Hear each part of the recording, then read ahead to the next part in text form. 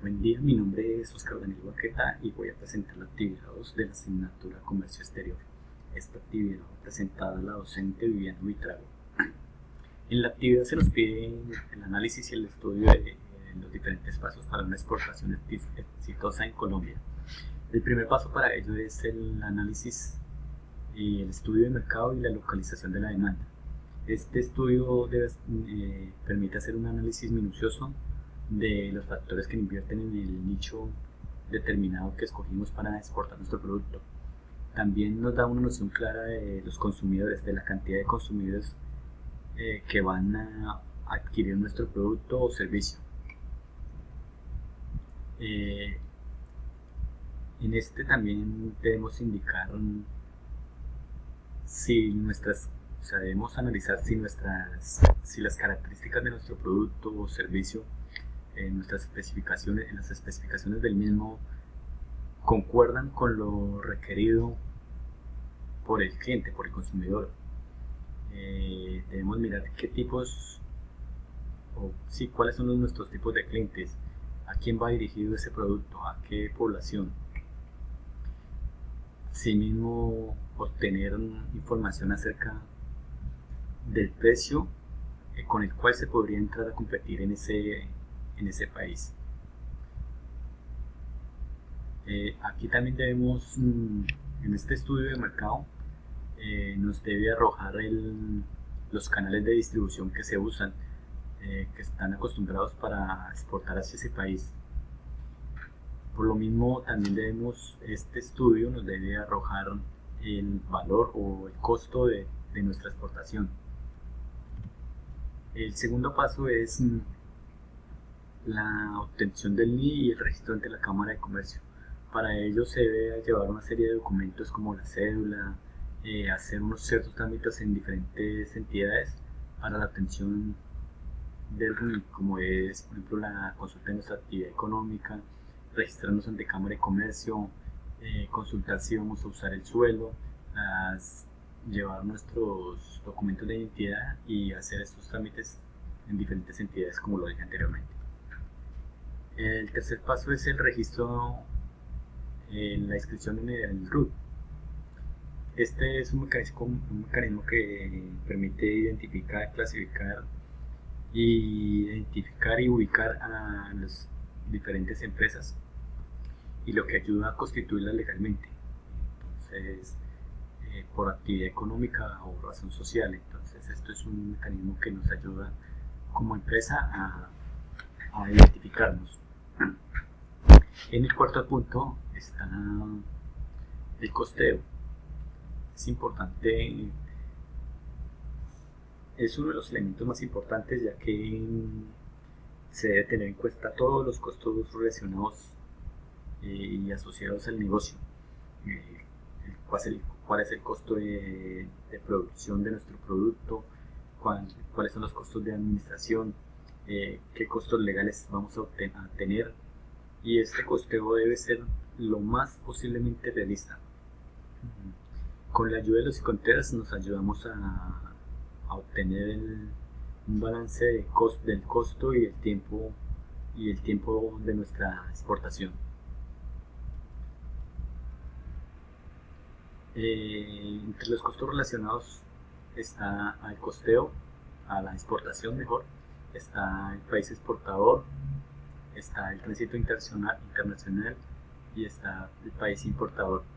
Hay diferentes costos, como está el directo y el indirecto. Entre el país exportador, los costos directos está el empaque, el embalaje, la documentación, la unitarización, entre otros. Asimismo, en el tránsito internacional está la manipulación, en el desembarque y el seguro internacional y transporte internacional. Por otro lado, el país importador también tiene unos costos directos, como es el transporte al lugar convenido del consumidor o al país o al destino, el almacenamiento, el seguro, la documentación. Y entre los costos indirectos asociados a los tres costos relacionados están la administración y capital y el inventario. La solicitación de la cotización internacional.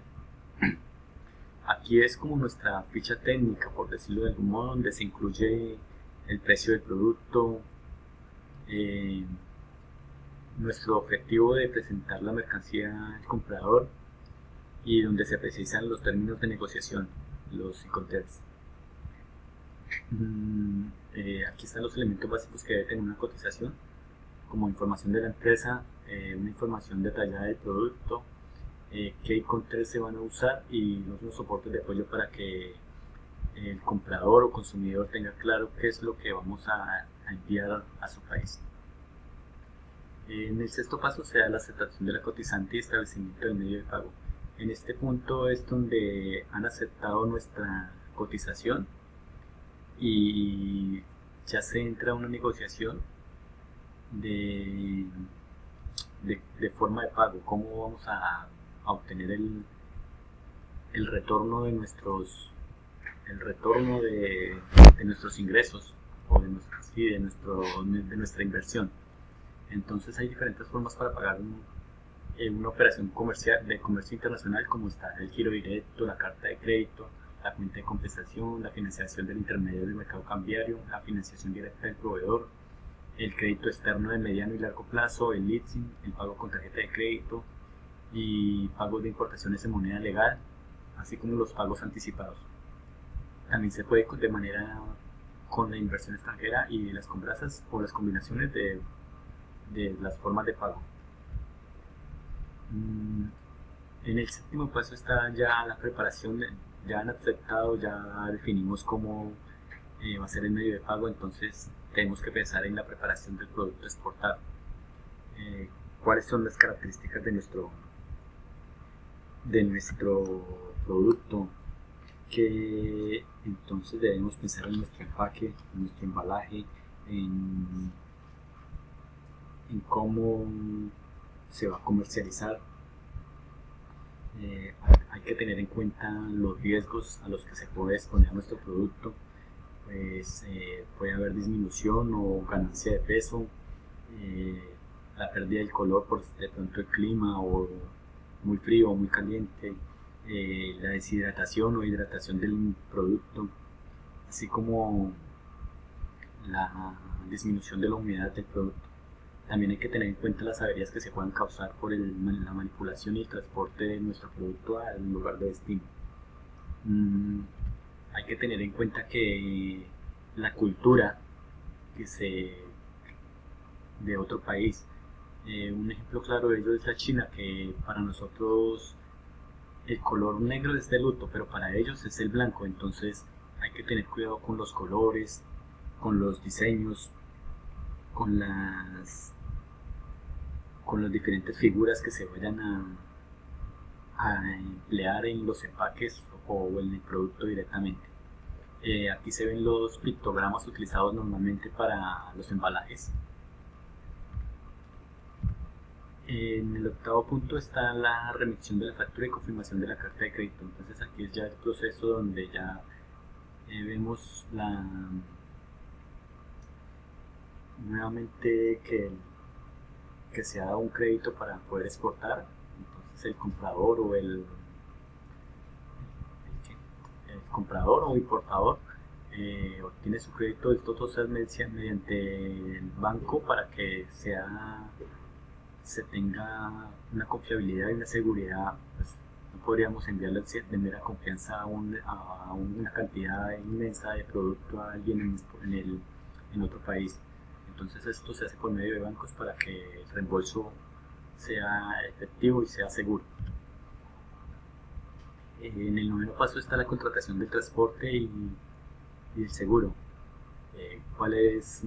¿Qué transporte vamos a tener? ¿Qué clase de contratos vamos a utilizar? Se debe cotizar los fletes. Hay que tener en cuenta que el costo de transporte es uno de los casi siempre va asociado al 50% del costo general de una distribución. Entonces hay que tener en cuenta que cotizar diferentes fletes y que sea más o menos la que se acomode a nuestros requerimientos. En esto es preciso aclarar las condiciones y las características de la carga, si nuestra carga es perecedera o no, qué peso llevamos, qué cantidad, cuáles van a ser los modos de transporte, cuál es el tiempo de tránsito y cuál es el itinerario, o va a ser va a ser multimodal o unimodal.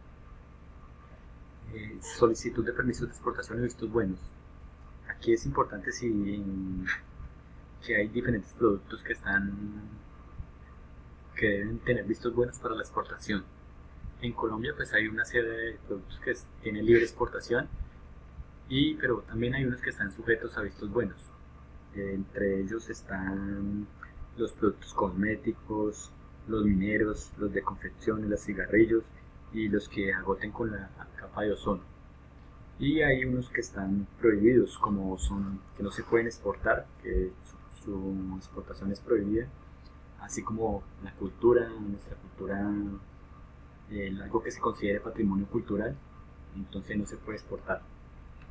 Sin embargo, estos pueden salir por un determinado país a algún museo o algo con permiso de las entidades competentes.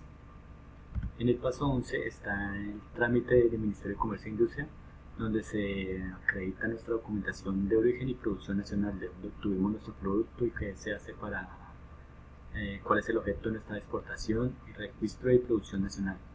En el documento de haber este documento sirve para identificar prácticas desleales y competitividad. El diligenciamiento del documento es un formulario de declaración de exportación. Este es presentado a la aduana antes de la exportación de mercancía. Autorización y despacho de la mercancía. En este punto es donde ya se da la autorización para la exportación. Entonces debemos tener en cuenta esta es la modalidad con que se regula la salida de mercancías nacional del territorio aduanero. Puede ser a zona franca o directamente al otro país. En el quinto paso está ya la recepción del pago de la mercancía, que es cuando obtenemos nuestra retribución después de haber hecho el acuerdo de compra-venta o la carta de crédito o según la cobranza bancaria.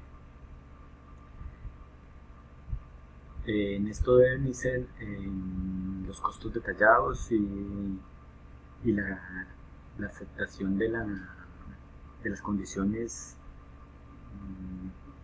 la aceptación de las condiciones que impusimos o que negociamos en la exportación.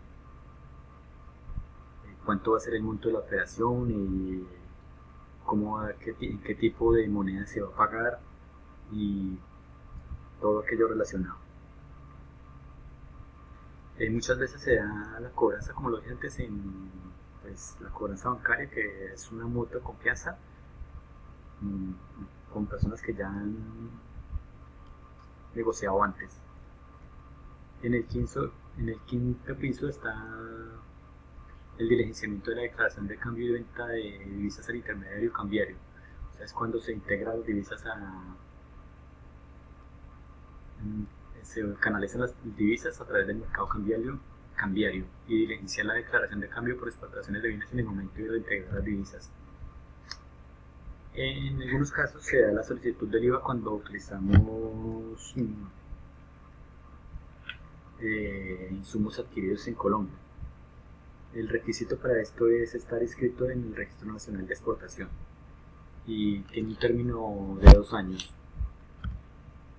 Las conclusiones del desarrollo de esta actividad es que me permite conocer diferentes mecanismos y entidades que regulen el comercio exterior, así como los diferentes pasos para obtener una exportación exitosa y entender la dimensión que debe tener un exportador. Por otro lado, revisar el entorno, la cultura del país donde se va a exportar, ya que debemos tener siempre esto en cuenta, porque las culturas y los diferentes tradiciones y formas de vida de los diferentes países cambian. Entonces esto es de tener muy en cuenta a la hora de exportar, ya que no va a ser lo mismo negociar con un japonés que con un estadounidense. Muchas gracias, hasta luego.